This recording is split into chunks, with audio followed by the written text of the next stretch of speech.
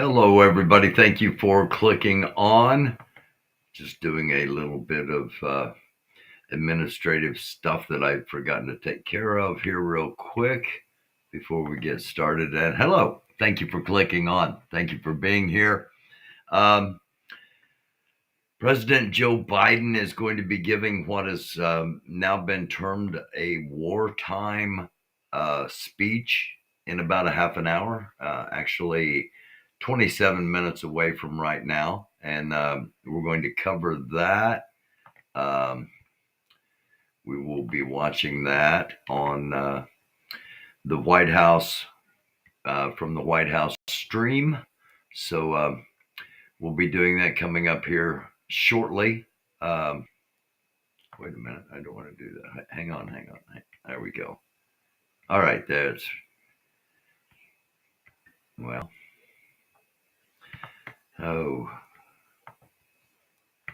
we will be doing that shortly. And as soon as I get the thing back in focus, here we go. Sorry about that again. Thanks for clicking on. It is the 19th day of October. And again, President of the United States, Joe Biden, for the second time in his presidency, is going to be speaking from the Oval Office. He's going to be giving an address from the Resolute Desk. And if you watch National Treasure, if you watch those movies, you are familiar with the Resolute Desk. Played an integral part in the plot line. And some other stuff going on we're going to talk about here before we get to the speech. Again, thank you for clicking on. We got the pink Indianapolis Colts Super Bowl champion hat on tonight. The pink's for Breast Cancer Awareness Month. And so if there's any questions about why the pink hat, that's why the pink hat. So let's get going. Like I said, we've got some stuff to talk about here.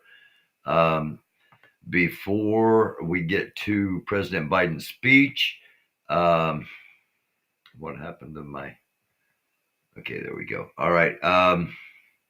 There is a K5 level magnetic storm suspected to hit Earth.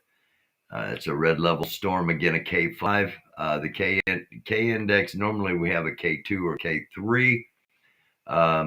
Anything above K4 may lead to noticeable effects, including disruptions to power grids, satellite operations, GPR systems, mobile communications.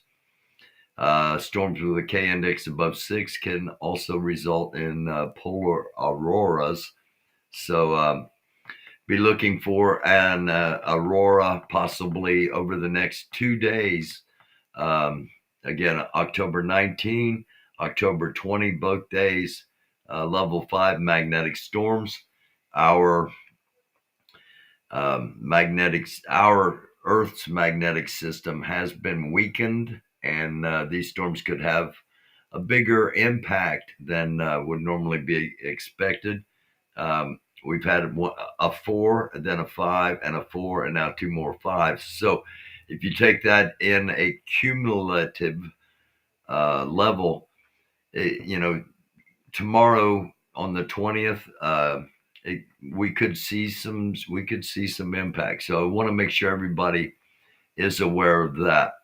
Now, one of the things we're going to be talking about is the USS Carney, Carney. It is a destroyer, United States naval vessel, and it was operating off of the coast of Yemen.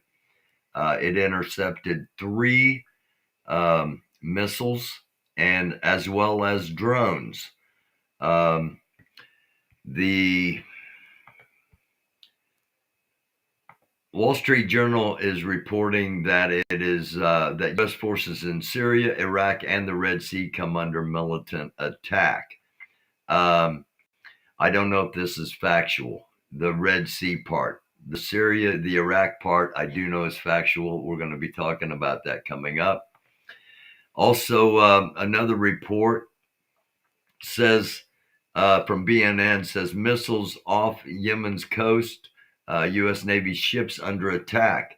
According to the United States Department of Defense, these statements are false. The U.S. ships were not under attack. Here's what happened. Let's go to the map. Yemen is down here. Okay. Chris and I talked about this. I don't know, probably 2 weeks ago, we talked about how he had heard that the junta, the militants, again, backed by Iran primarily, the junta in Yemen had said that unless activities in Gaza stopped, they were going to be involved in attacking Israel. The missiles, sorry, hold on. The missiles were launched from this part of Yemen down here. The Carney's operating out in here. The missiles and drones were launched along the coast out over the Red Sea and presumably towards Israel, not towards the Carney. That's what the United States Department of Defense is saying. Could they be saying that as a way to make sure that things do not escalate any faster than they already are, and the Carney was indeed under attack? Yes, that is a possibility. But I think more than likely, these were pretty big missiles, because this is, you're going to have to shoot the entire length of the Red Sea to get into Israel without violating Saudi Arabian airspace. And you don't just do that with, you're not going to do that with a rocket propelled grenade or a shoulder fired missile. You need big missiles to be able to do that. So probably big Iranian missiles, as we've been learning. Iran has been. If you watch the show over the past several months, you know a lot of this stuff already, because we've been telling you this is what could potentially happen. And as we've been talking about it, the things we've said could potentially happen are happening. And again, a couple of weeks ago, Chris said the junta, the Yemeni. Think of Hamas only in Yemen. All right, that's how you would view the junta. Now we also, we've got the map up here. Let me buzz in just a little bit. Okay, you got Syria, you got Jordan, you got Iraq, and you got Iran. Indeed, bases along. Actually, they were kind of right in here, along the Jordan border, the Syrian border, and the Iraq border.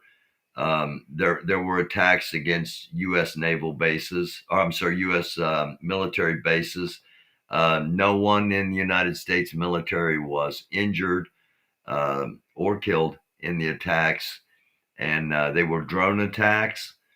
We're not sure where they came from, if they were from Syria, if they were from Jordan, or if they were from Iraq, because you got to realize Jordan's got about 3 million displaced Palestinians inside Jordan, and it's not hard to imagine that some of them are radicalized,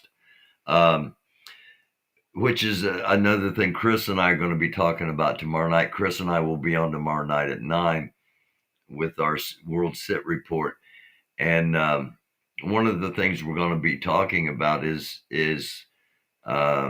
how events, and especially the events we're seeing now, are going to lead to more and more radicalization, especially in the Muslim world.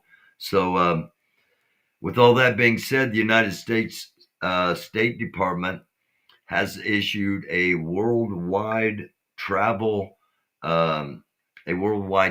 caution, so that if you're traveling anywhere in the world, a U.S. citizen, you probably shouldn't do it. You should think about not doing it unless it's absolutely necessary, would be my advice. The State Department is saying use caution. They've also warned all of our embassies, all of our consulates that to be prepared, and they've also ordered them all to go through emergency drills. So things are escalating. Things are, and you can find all this information just by going to usstatedepartment.gov. All of this is escalating, and it's the thing that makes this different is the religious components. The Muslim, the Christian, the Jew. Those three religion components are what makes this particular conflict much more imperative to try to isolate, to try to keep within this area here, the West Bank, Gaza, and not let it expand to the entire world, which everyone, including myself, fear happening. We're not supposed to be afraid, but because the ramifications would be just so heinous, that we fear this escalating. And I think that fear is probably shared by most of the Western world. There are those that want that conflict to expand. And again, Chris and I are going to be talking about these things tomorrow night. Jim Jordan is still trying to be Speaker of the House. I got to touch on this because he says that he's going to hold a vote tonight, the third vote. First vote, 20 members of the Republican caucus voted no, Jim Jordan. So they had a second vote. This time, 22 members voted. Word earlier was up to 30, possibly 40 would vote no if he had a third vote. Well, he's pressing for a third vote. Will he do it at 8 o'clock during the president's address to the nation? I wouldn't be surprised, just because that's who Jim Jordan really is. And that's not what we need as Speaker of the House. We do need something, because we're in a position of vulnerability that we've created, that has been created for all of us in this country by a handful of people. Let's keep that in mind. But Jordan, also Jordan said no. The Jordan enclave, if you will, said no to the to empowering the Speaker pro tem that is in there on a temporary basis. Patrick McHenry, he said, no, we're not going to do that. We're gonna. It's Jim Jordan or nothing, and that is, and that will be remembered when election time comes around, whether they like it or not. The independent people that aren't party affiliated but come out and vote in presidential elections will remember this, and I don't know, maybe that's what they want. The biggest news of the day in the political front is not the president's speech tonight. It may be after his speech, but prior to, the biggest news is the ex-president, former president Donald Trump, one of his close allies, one of his inner circle, attorney Sidney Powell. She was the one that is famous for. She said she's going to release the Kraken on election fraud when there was none, and now she's pleaded guilty to trying to tamper with elections and tamper with election equipment. She pleaded guilty today to 6 misdemeanors instead of felonies. Chances are not going to see any jail time at all.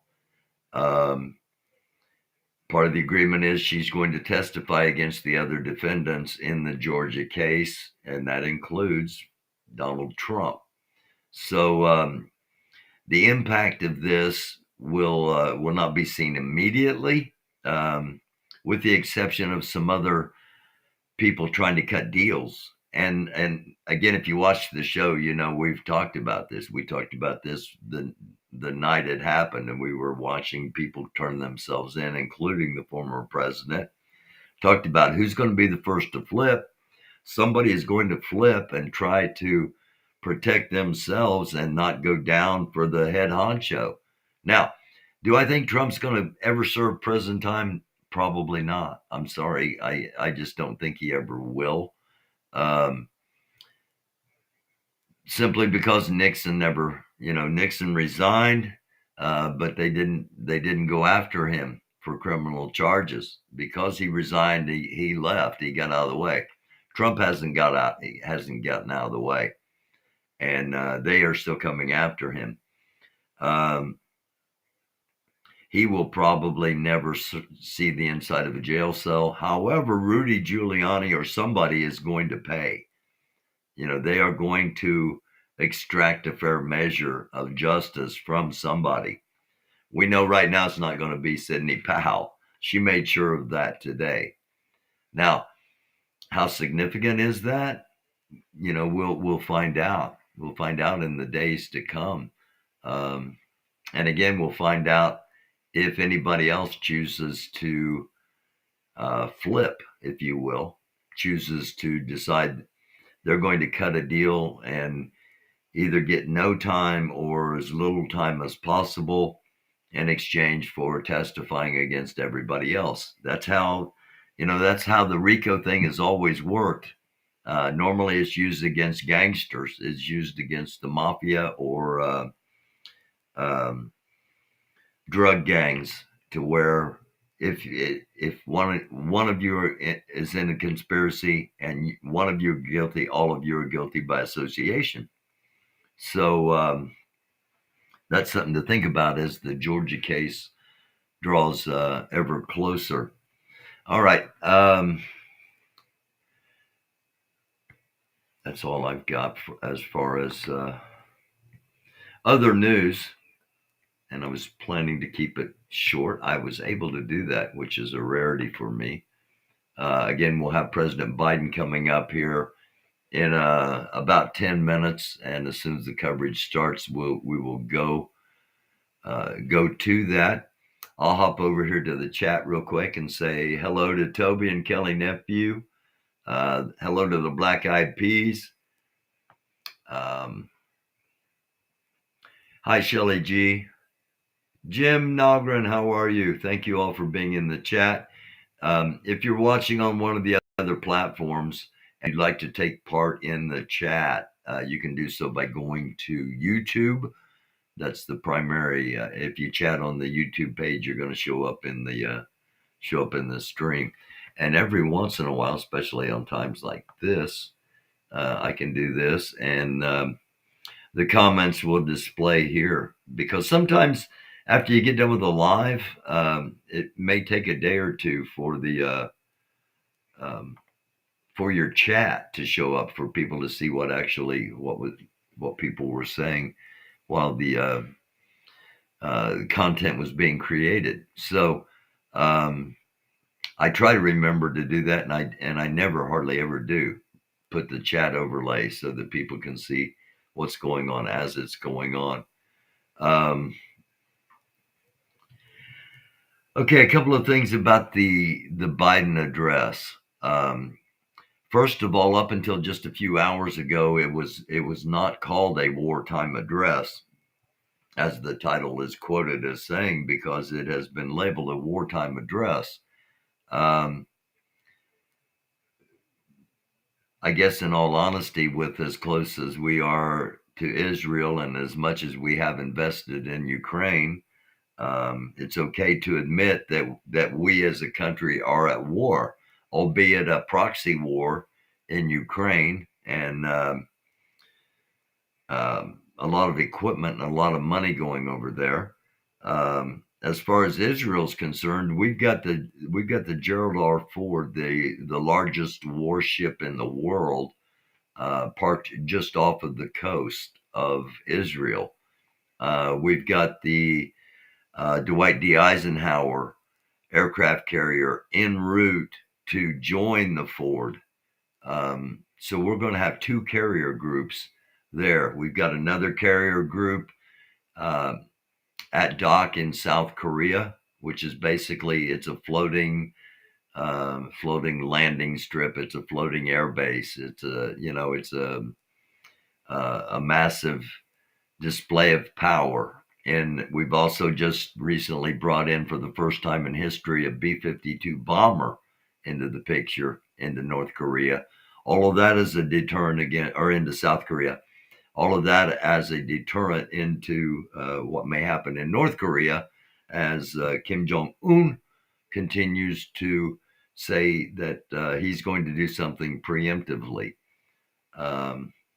So that's kind of the state of the world at the moment.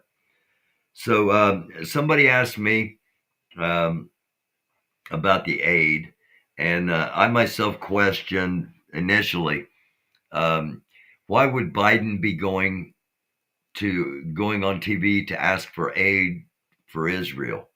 Because we already give Israel, over $1 billion a month, regardless, just as part of the budget. Israel's got a pretty strong military, especially if they're only fighting Hamas. So why are we talking about military aid for Israel? And on the surface, it seems like, man, that's a really good question.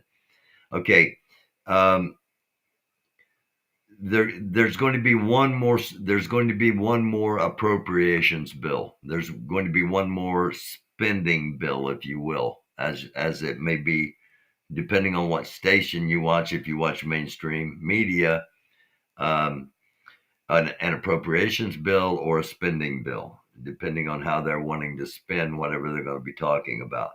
So, and that's probably the only spending bill or appropriations bill that's going to come out of the House in the next year until the November 24 election, which is, again, just over a year away. So it's going to seem like an awful lot of money that Biden's asking for both Israel and Ukraine. Again, Ukraine, we can understand why we have to send the money there. We don't have to send our soldiers there, and there's less chance of us getting attacked here. Okay, we can understand that. And we can understand that, okay, over a year, that's going to add up. We can understand that if it's going to be a year, Israel might need some aid. So it might be a good idea to have that written in to an appropriations or a spending bill ahead of time if it's only going to happen for a year. Now, um, again, this is kind of just the simplistic view of how it all potentially will work, but that's basically it. That's why he's going to be asking for money for these two efforts, if you will, as far as wars. Um, we do not want war on our land. Um, even though some even though some want to start war on our land with others already on our land, that's hopefully that's pushed to the back burner, and we will unite more and more and more and more as a country. Because I'm telling you, here's how this all plays out. The rest of the world, the BRICS, all right, the Brazil, Russia, um, India, Iran, China, uh, South America, I'm sorry, South Africa, other South American nations, Colombia, Venezuela, who knows? They will join that organization that is anti-U.S. European countries will not stand with America when push comes to shove, with the exception of maybe Great Britain. they're going to isolate America. They're trying to do it economically already with the dollar, the way they know they can do it, and they're already working towards doing it, is oil. They're going to isolate us with oil by denying us the rest of the world's oil, which we are very used to consuming. All right. Everybody talks about we need to drill here. We need, we don't want to do that because we want to conserve our own oil for when it's absolutely necessary. It's getting to the point where it's going to be absolutely necessary. That's what I see happening here as sides are going to be drawn as each of these conflicts continue. When Chris is on, we talk sometimes about Haiti. We talk sometimes about what's going on in Africa, potential for conflicts in both of those locations to escalate. That and all of it has a thumbprint of United States, Russia, and China. Everywhere around the world, as everything escalates, the stakes become bigger and bigger for the three major powers, us, Russia, and China. And Russia and China are getting tighter and tighter and tighter. And it won't take a whole lot more than Russia and China to vote us off the island. And that's where we're heading, in my opinion. And let me pop over here and see if we have... okay. We've got an event will begin shortly. So we'll pop over here. Let me do a refresh on this. And okay, we are live on this, but nothing's happening at the moment. Still, it looks like we're a minute away. So with having a minute here, I'll pop back over to the chat and see what's going on. Hello, Ron Jute. Hello, True. Jim Nagran. China sold billions of dollars of U.S. stocks today. That's not coincidental.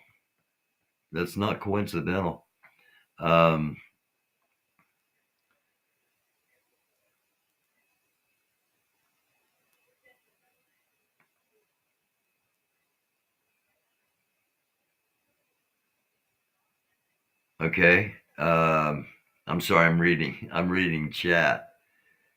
I don't like it about Israel. We've caught them numerous times after we gave them defense systems, and they turned around and sold them to the Chinese. I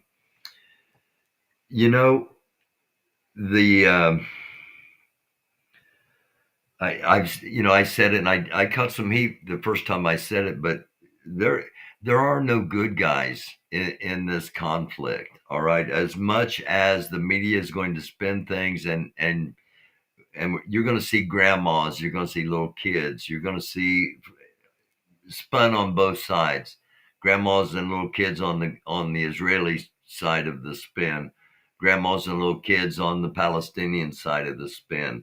You're going to see all this spin, and you're going to see the mainstream is going to try to manipulate our emotions the way they want us to feel. Please keep in mind at all times that when push comes to shove, there are no good guys in this. There are just bad guys. And I'm sorry, there are very few. There are good guys, but there are very few good guys. And most of what's going to be going on are going to be bad things on both sides. So a lot of people will try to push for sides too. You've got to be on this side or you got to be on this side. And not everything, what was the quote? I don't remember the exact quote, but it was from a guy named Hiram Johnson. And it was the first victim when war comes is... Good evening, my fellow Americans. President Biden. We're facing an inflection point in history. One of those moments where the decisions we make today are going to determine the future for decades to come. That's what I'd like to talk with you about tonight. Early this morning I returned from Israel. They tell me I'm the first American president to travel there during the war. I met with the Prime Minister and members of his cabinet. And most movingly, I met with Israelis who had personally lived through horrific horror of the attack by Hamas on the 7th of October. More than 1,300 people slaughtered in Israel, including at least 32 American citizens. Scores of innocents, from infants to the elderly grandparents. Israelis, Americans taken hostage. As I told the families of Americans being held captive by Hamas, we're pursuing every avenue to bring their loved ones home. As president, there is no higher priority for me than the safety of Americans. The terrorist group Hamas unleashed pure, unadulterated evil in the world. But sadly, the Jewish people know perhaps better than anyone that there is no limit to the depravity of people when they want to inflict pain on others. In Israel, I saw people who are strong, determined, resilient, and also angry, in shock and in deep, deep pain. I also spoke with President Abbas, the Palestinian Authority, and reiterated that the United States remains committed to the Palestinian people's right to dignity and to self-determination. The actions of Hamas terrorists don't take that right away. Like so many other, I'm heartbroken by the tragic loss of Palestinian life, including the explosion at the hospital in Gaza, which was not done by the Israelis. We mourn every innocent life lost. We can't ignore the humanity of innocent Palestinians who only want to live in peace and have an opportunity. The assault on Israel echoes nearly 20 months of war, tragedy, and brutality inflicted on the people of Ukraine, people that were very badly hurt since Putin launched his all-out invasion. We've not forgotten the mass graves, the bodies found bearing signs of torture, rape used as a weapon by the Russians, and thousands of Ukrainian children forcibly taken into Russia, stolen from their parents. It's sick. Hamas and Putin represent different threats, but they share this in common. They both want to completely annihilate a neighboring democracy, completely annihilate it. Hamas' stated purpose for existing is the destruction of the state of Israel and the murder of Jewish people. Hamas does not represent the Palestinian people. Hamas uses Palestinian civilians as human shields, and innocent Palestinian families are suffering greatly because of them. Meanwhile, Putin denies Ukraine has or ever had real statehood. He claims the Soviet Union created Ukraine. And just 2 weeks ago, he told the world that if the United States and our allies withdraw, and if the United States withdraw, our allies will as well, military support for Ukraine would have, quote, a week left to live, but we're not withdrawing. I know these conflicts can seem far away, and it's natural to ask, why does this matter to America? So let me share with you why making sure Israel and Ukraine succeed is vital for America's national security. History has taught us that when terrorists don't pay a price for their terror, when dictators don't pay a price for their aggression, they cause more chaos and death and more destruction.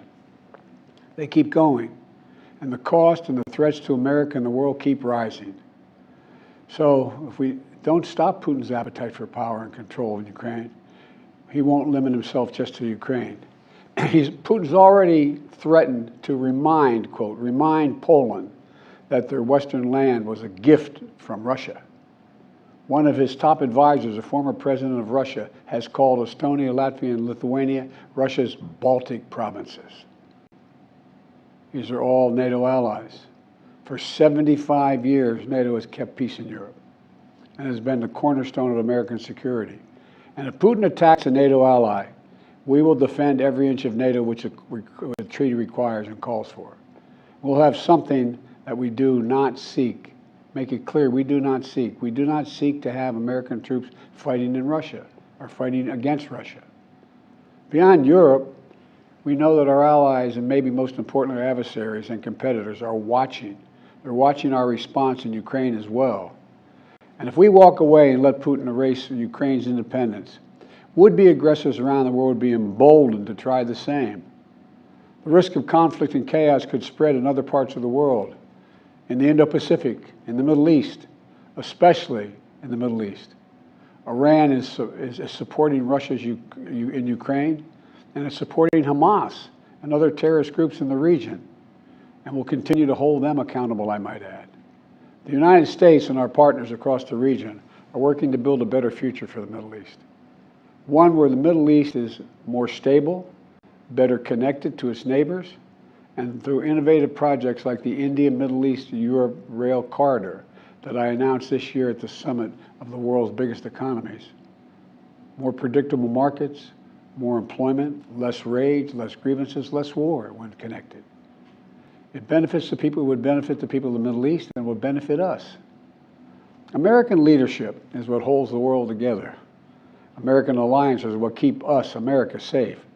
American values are what make us a partner that other nations want to work with. To put all that at risk, if we walk away from Ukraine, if we turn our backs on Israel, it's just not worth it.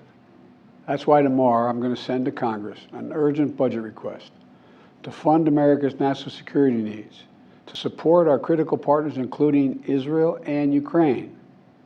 It's a smart investment that's going to pay dividends for American security for generations. Help us keep American troops out of harm's way. Help us build a world that is safer, more peaceful, more prosperous for our children and grandchildren. In Israel, we must make sure that they have what they need to protect their people today and always. The security package I'm sending to Congress and asking Congress to do is an unprecedented commitment to Israel's security that will sharpen Israel's qualitative military edge, which we've committed to, the qualitative military edge. We're going to make sure Iron Dome continues to guard the skies over Israel. We're going to make sure other hostile actors in the region know that Israel is stronger than ever and prevent this conflict from spreading. Look, at the same time, President Netanyahu and I discussed again yesterday the critical need for Israel to operate by the laws of war. That means protecting civilians in combat as best as they can. The people of Gaza urgently need food, water, and medicine. Yesterday, in discussions with the leaders of Israel and Egypt, I secured an agreement for the first shipment of humanitarian assistance from the United Nations to Palestinian civilians in Gaza. If Hamas does not divert or steal these shipments, we're going to provide an opening for sustained delivery of life-saving humanitarian assistance for the Palestinians. As I said in Israel, as hard as it is, we cannot give up on peace. We cannot give up on a two-state solution. Israel and Palestinians equally deserve to live in safety, dignity, and peace. You know, and here at home, we have to be honest with ourselves. In recent years, too much hate has given too much oxygen, fueling racism, the rise of anti-Semitism, and Islamic phobia, right here in America. It's also intensified in the wake of recent events that led to the horrific threats and attacks that both shock us and break our hearts. On October 7th, terror attacks have triggered deep scars and terrible memories in the Jewish community. Today, Jewish families worried about being targeted in school, wearing symbols of their faith, walking down the street, or going out about their daily lives. You know, I know many of you in the Muslim American community, the Arab American community, the Palestinian American community, and so many others are outraged and heartened, saying to yourselves, here we go again with Islamophobia and distrust we saw after 9/11. Just last week, a mother was brutally stabbed.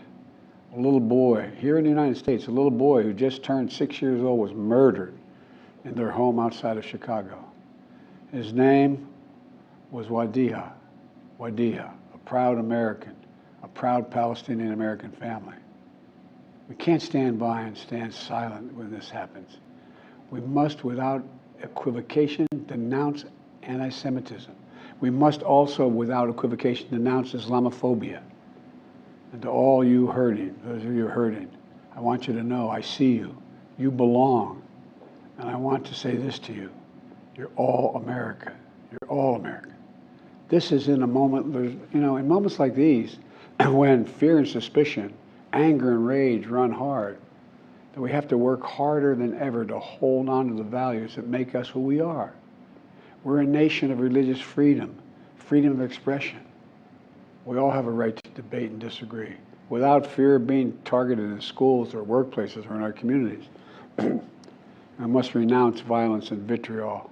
See each other not as enemies, but as fellow Americans. When I was in Israel yesterday, I said that when America experienced the hell of 9/11, we felt enraged as well. While we sought and got justice, we made mistakes. So I cautioned the government of Israel not to be blinded by rage. In Congress, to make sure we can continue to send Ukraine the weapons they need to defend themselves and their country without interruption, so Ukraine can stop Putin's brutality in Ukraine. They are succeeding. When Putin invaded Ukraine, he thought he would take Kyiv and all of Ukraine in a matter of days. Well, over a year later, Putin has failed, and he continues to fail. Kyiv still stands because of the bravery of the Ukrainian people. Ukraine has regained more than 50% of the territory Russian troops once occupied, backed by U.S.-led coalition of more than 50 countries around the world, all doing its part to support Kyiv. What would happen if we walked away? We are the essential nation. Meanwhile, Putin has turned to Iran and North Korea to buy attack drones and ammunition to terrorize Ukrainian cities and people. From the outset, I've said, I will not send American troops to fight in Ukraine. All Ukraine is asking for is help, for the weapons, munitions, the capacity, the capability to push invading Russian forces off their land, and the air defense system to shoot down Russian missiles before they destroy Ukrainian cities. Let me be clear about something. We send Ukrainian equipment sitting in our stockpiles. And when we use the money allocated by Congress, we use it to replenish our own stores, our own stockpiles, with new equipment. Equipment that defends America and is made in America. Patriot missiles for air defense batteries, made in Arizona. Artillery shells manufactured in 12 states across the country, in Pennsylvania, Ohio, Texas, and so much more. You know, just as in World War II, today patriotic American workers are building the arsenal of democracy and serving the cause of freedom. Let me close with this. Earlier this year, I boarded Air Force One for a secret flight to Poland. There I boarded a train with blacked out windows for a 10-hour ride each way to Kyiv, to stand with the people of Ukraine ahead of the one-year anniversary of their brave fight against Putin. I'm told I was the first American to enter a war zone not controlled by the United States military since President Lincoln. With me was just a small group of security personnel and a few advisors. But when I exited that train and met President Zelensky, I didn't feel alone. I was bringing with me the idea of America, the promise of America, to the people who are today fighting for the same things we fought for 250 years ago: freedom, independence, self-determination. And as I walked through Kyiv with President Zelensky, with air raid sirens sounding in the distance, I felt something I've always believed, more strongly than ever before. America is a beacon to the world. Still. Or as my friend Madeleine Albright said, the indispensable nation. Tonight, there are innocent people all over the world who hope because of us, who believe in a better life because of us, who are desperate not to be forgotten by us, and who are waiting for us. But time is of the essence. I know we have our divisions at home.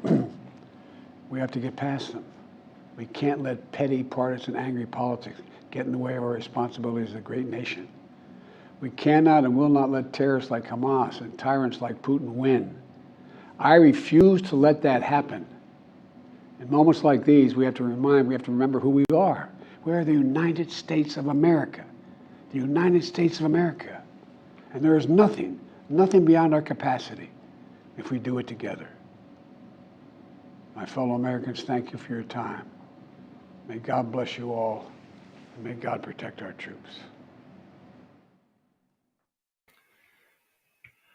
Okay, there we have it. A little, I don't know if you noticed or not. I don't know if it was my software that was responsible. There was a glitch in there, and then there was also a brief buffer from that stream.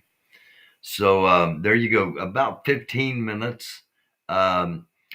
I had told somebody asked me earlier today. I said I expect him to speak somewhere between 8 and 12. He's not a real long. He's not a real long-winded speaker. Never has been. He doesn't give you know big verbose speeches. He keeps it short and did so tonight, about 15 minutes. Hello to Nancy. Hello to Diane. I think I saw Tim come in here. Shelly G. Stay out of everybody else's war is what Shelly says. Diane says, yes, may our Lord protect our troops. Okay.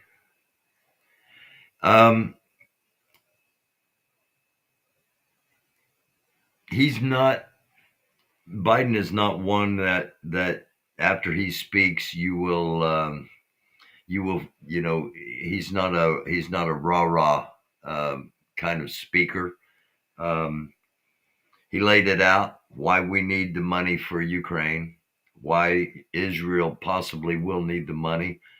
Now, the idea of going into Gaza. Gaza is a strip of land. The best way I can compare it so that some of you might have an idea. It's a strip of land roughly the size of Daytona Beach, Florida. Okay. Daytona Beach is, I think, 23 miles long. Gaza's about 25 miles long.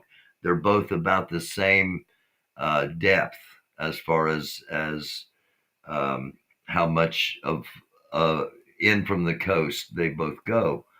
And it's hard to imagine 2.5 to 3 million people in the small area of Daytona Beach, Florida. But that's what Gaza is. It's house upon house upon house. It's high rises. It's homes where 3 generations of families all live in the same house. It's incredibly densely populated. And now they've asked 1.1 million of the people in the north to go to the south to avoid what is coming in the north. And from 500,000 to 750,000 of those people have indeed left the northern area of Gaza. So you've compacted a densely populated area into an even more densely populated area. But still, there are 500,000 people in the north, many of them wanting to do Israel harm as soon as the Israeli soldiers come across the border, which could be any moment. Okay. I got asked earlier today, when do you think this is going to happen? I thought it would have happened already. It hasn't. I don't think it would happen before Biden's speech. Biden's speech is done. I didn't think it would happen before possibly the Eisenhower was underway and the U.S. would know we would have at least 2 carrier groups there. Eisenhower's underway. It will get there tomorrow or Saturday if I've got the math done right. Tomorrow is Friday. Friday is the Muslim holy day, Yama. Saturday is the Jewish holy day, the Sabbath. Anytime the invasion of Gaza, the boots on the ground, the incursion of ground forces, whatever terms that will end up being used, it can begin at any time now because everything's in place that can be in place. Biden's back in the United States. Putin's back in Russia. Which are big things because anytime a world leader is traveling, there's always the possibility of assassination. So Biden's back in America. Putin's back in Russia. The Eisenhower aircraft carrier plus the aircraft carrier fighter group is on the way to the Eastern Mediterranean and well on its way to the Eastern Mediterranean to join World War Ford, the biggest aircraft carrier, the biggest war machine in the world, is sitting off the coast of Israel. They are there as deterrents for what may come, but they are also targets. And as much as people are horrified by what happened on October the 7th when Hamas militants came into Israel, took hostages, slaughtered people, we got to remember that we're supposed to believe that Israeli intelligence didn't know that was coming. As soon as I heard what happened, I said they had to let it happen in order to justify what they're wanting to do. We are putting a lot of assets into that area.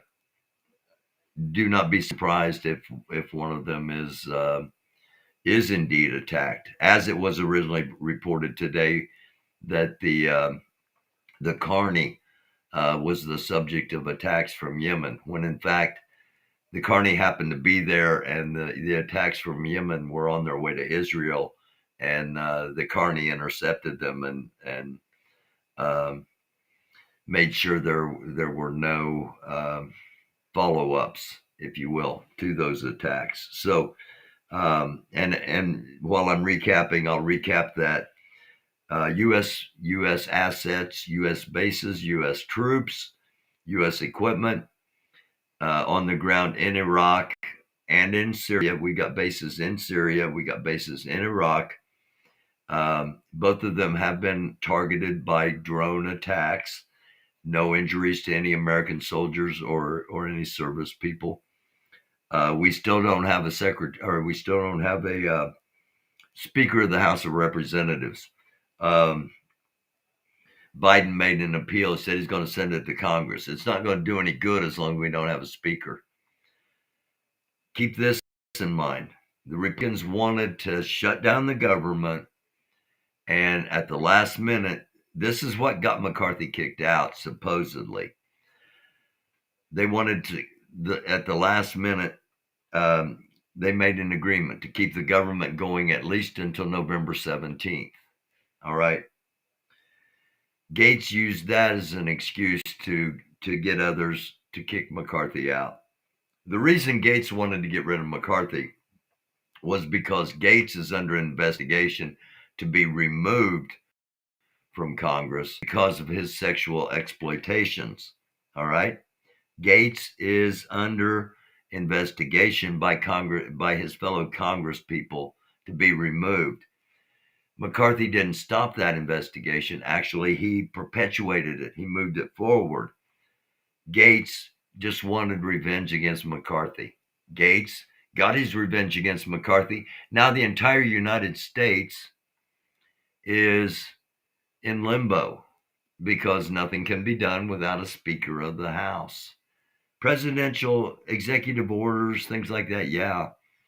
But we are being held hostage by just a handful of people.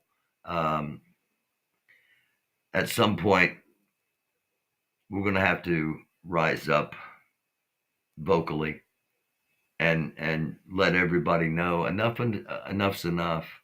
And it's not hard to do. You know, it's easy to get your congressman's phone number and be a pain in the ass and call and call and call and get the Congress numbers of as many as you can and just flood them. Enough. Be adults. Put the American people ahead of your party. Enough of these games. Enough of this, sophomoric behavior. Enough of this egotistical attitude. Enough of being a self-servant. Time to be a public servant. When do we get to that point? When, as American citizens, do we get to that point where we demand more of our congressmen than just being social media stars? Sorry. Just something to think about. All right. Be back on tomorrow night at 9 p.m. Friday, 9 p.m. Chris joins at 9. I'll probably be on at 8:30. Sometime I'll either be on 8:30, 8:50, or 8:45. I'll be on somewhere between there, depending on how much news I have before Chris and I do the sit report. We'll have a lot to talk about tomorrow night. I hope you will join us. You get a perspective that you don't get anywhere else. I'm a former politician. I've been in government. I've been in education. I've been in ministry. So I've got a religious background, educational background, government background, and political background. Chris is a counterterrorism, military, and law enforcement expert. Between the two of us, we've got just about every venue covered, every aspect, every avenue covered on most world events. And we try to take the emotion out of it. We don't take sides. We talk as just analysts, just analyzing the situation. I don't see it being done anywhere else, and I'm proud to host Chris, and I'm damn happy that he comes on as often as he has. Um, Together, we've got an incredibly unique perspective, and hope you'll join the show tomorrow night. If you don't believe me, go back and watch a couple of the shows we did early. We did one Monday and we did one last Friday. Watch either one of those, and you'll see that after we say things, 2 or 3 days later, it starts showing up on the mainstream media. Speaking of which, don't be surprised if Nigeria and the questionable presidential election from 2023 or 2022, don't be surprised if you don't start hearing about that.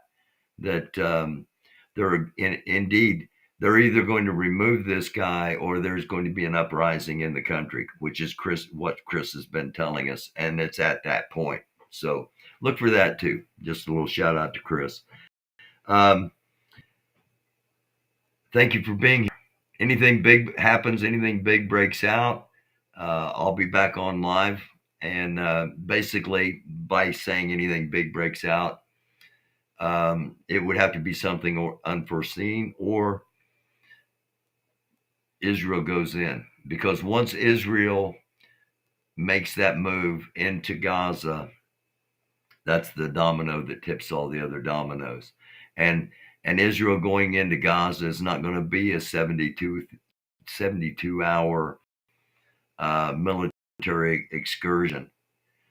Once you take a part of the Gaza, you're going to have to hold that part of the Gaza, or else it'll just be filled back in by other militants from other locations. So you're going to have to go literally block by block over the whole 25-mile area if you really want to eliminate all of the militants. And you're going to have to hold the entire. So it's not going to be an easy thing. It's not going to be something that's just going to happen in 3 days or a week. 3 days, Israel takes Gaza. It's not how it's going to happen. And it's going to be urban battle, tight buildings, tunnels. It's going to take a long time. So it's going to need a lot of funding. I don't know if Biden made that clear, but it's going to need a lot of funding because it's going to take a long time. And if we're the ones funding it, we better prepare mentally for thinking about how much money it's actually going to cost if they really do this. And when they do that, when they go in, and they will, Netanyahu was at the Gaza area today, and he told asked the troops if they're ready. And their commander said, the order is coming. It is coming. So I wouldn't be surprised if before I'm on with Chris tomorrow night, about 24 and a half hours away from right now, if I'm not back on, because it's already happened. And again, it's going to be the domino that tips all other dominoes. Hopefully it doesn't. Hopefully it doesn't ever happen. But I think that's wishful thinking, and we got to be realistic. So Namaste. Shalom. Shalom. Assalamu alaikum. Blessings be upon you from the Most High, the one true living God, for those of you that so desire them. Otherwise, positive vibrations. Love you like chocolate chip cookies. Peace. It's a dark world. Try to be a light. See you tomorrow night at 9. Thanks for being here. Hit the like.